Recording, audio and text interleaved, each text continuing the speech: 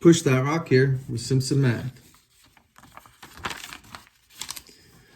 Here we have a function, and it has a cusp, which is similar to a kink. If we had two linear functions meeting in this way, we'd call it a kink. It has a cusp at A, and a cusp is a type of point of non-differentiability. So the function at A has a slope that's clearly negative, but also a slope that's clearly positive, depending on what direction it comes from. And remember, limits are functions. And the derivative is a special limit. And functions can only have one output. They can't have a negative and a positive output at A. So we say this function is non-differentiable at A. And points of non-differentiability sometimes turn out to be turning points. Notice how the function is decreasing and then increasing. So this is very important to notice, that points of non-differentiability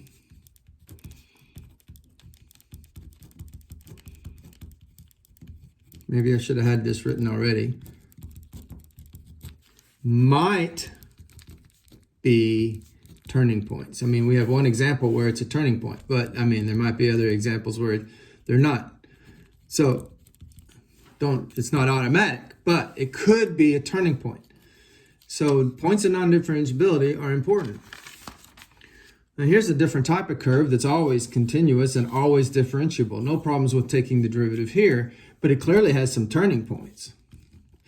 It clearly changes from increasing to decreasing. So there's a turning point where that change happens. And then it changes from decreasing to increasing, so there's a turning point where that happens. And you'll notice that at those turning points, the slope is zero. It's changing from neg to pos in a gradual way, so that it's natural for us to see where the derivative is going to zero, or the slope is going to zero. So wherever the derivative equals zero is another possible turning points. Possibly. Not always. Okay? Not necessarily always. So here's an example where it's not. Look, we have a flat tangent now at A. So the derivative of A is clearly zero, but that's not a turning point. Not a turning point. Okay? So you have to be careful about assuming that turning points come from roots of the derivative. They don't always come from roots of the derivative. They just can come from the roots of the derivative. This derivative of this function will be zero at A, and it will be zero at B. And those two roots of the derivative turn out to correspond with turning points on the graph of f of x. But it's not always the case. Let's do an example.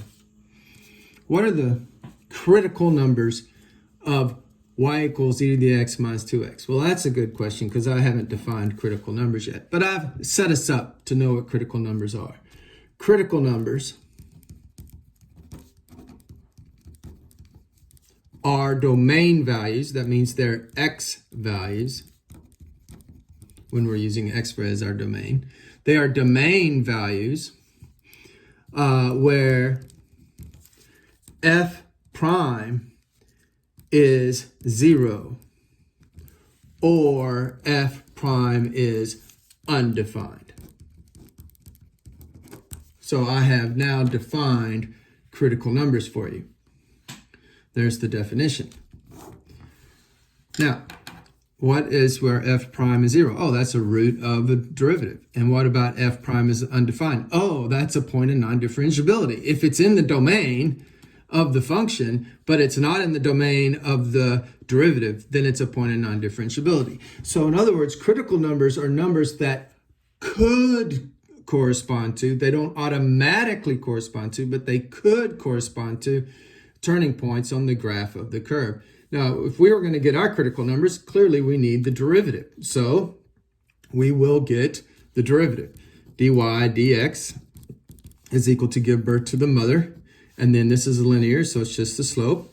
And I want to know where this is undefined, right? If the derivative is undefined, we have a critical number. But this is an exponential function shifted down to. It's always defined, so we don't have any problem with where it's undefined.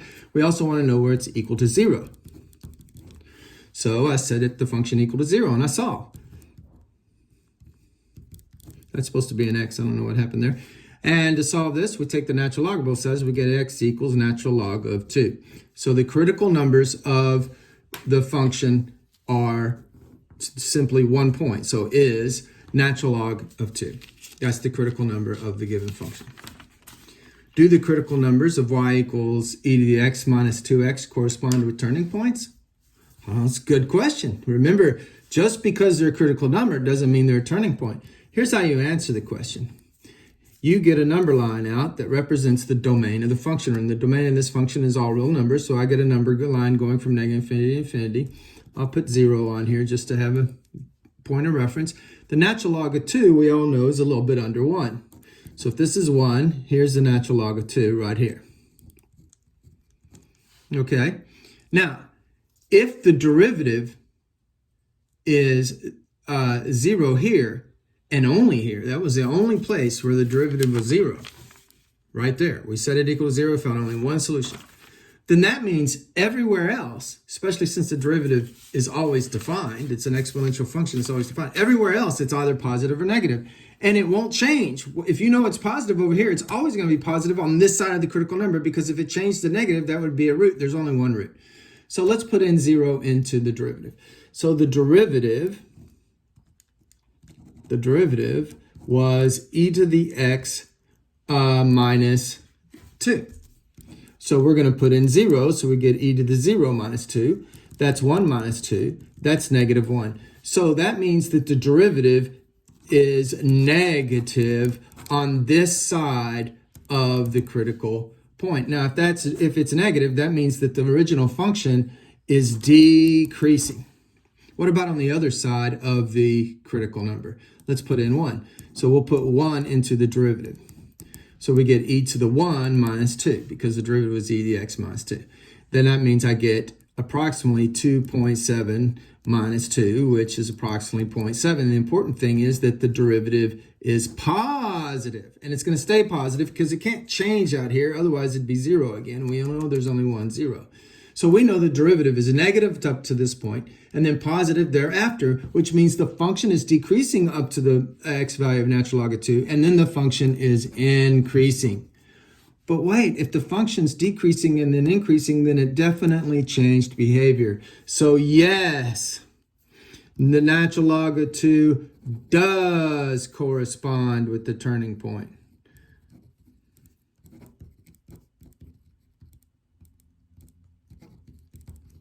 That's the answer to the question.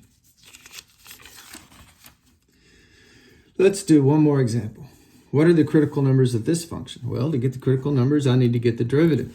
So remember, this is the same thing as x to the 1/3. So you bring the 1/3 out front and you subtract 1. You get negative 2/3. And then that's pretty sloppy. I'm sorry. I clean it up on the next step. And then this is linear, so I just get minus 1/3.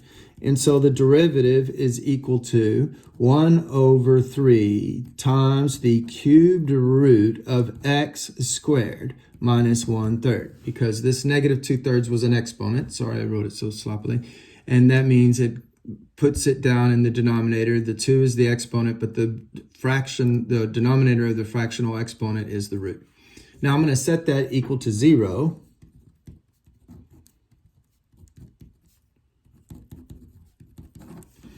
To find the roots. But I'm also going to look and notice that if this whole thing turns out to be, if this down here turns out to be 0, then this part of it is undefined and the whole thing's undefined. So clearly I cannot put in x. I cannot put in 0 for x. So there is one of the critical numbers, because if it's in the domain, which we can put any number in here and any number here, so the domain is all real numbers. I should have said that. The domain is all real numbers. But the domain of the derivative is not all real numbers. So any point not in the derivative's domain, but is in the domain of the function, is a point of non-differentiability. So here's a point of non-differentiability. It's where the derivative is undefined, so it's a critical number. So 0 is a critical number. Now, what about where the derivative has a root? So we'll solve this. We'll add the 1/3 over.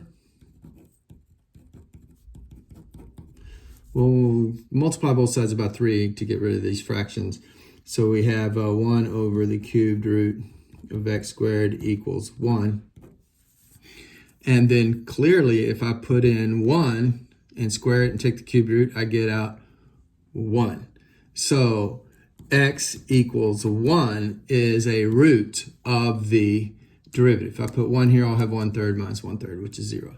So the critical numbers are 1 and 0. Math made simple. It's some math.